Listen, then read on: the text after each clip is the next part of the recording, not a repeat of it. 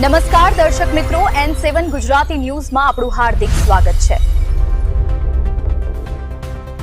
ડભોઈ પોલીસે ઓપરેશન પરાક્રમ અંતર્ગત ગુનેગારો સામે કડક કાર્યવાહી હાથ ધરી છે।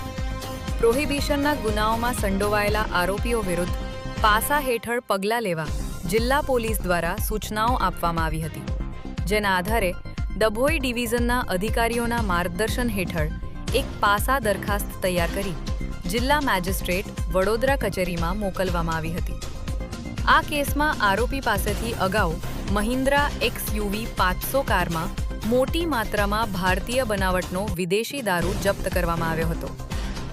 જિલ્લા મેજિસ્ટ્રેટ દ્વારા પાસા વોરંટ મંજૂર થતાં ડભોઈ પોલીસની ટીમે તાત્કાલિક કાર્યવાહી કરી હ્યુમન અને ટેકનિકલ સોર્સિસના આધારે કવાંટ વિસ્તારથી આરોપીને ઝડપી પાડ્યો હતો।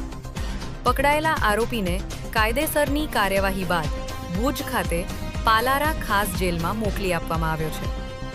આ કાર્યવાહીથી જિલ્લામાં પ્રોહિબિશનના ગુનાઓમાં સંડોવાયેલા તત્વોમાં ભયનો માહોલ ફેલાયો છે। આ હતા અત્યાર સુધીના મહત્વના સમાચાર। તો આવા જ સમાચાર જોવા માટે જોડાયેલા રહો અમારી સાથે। નમસ્કાર।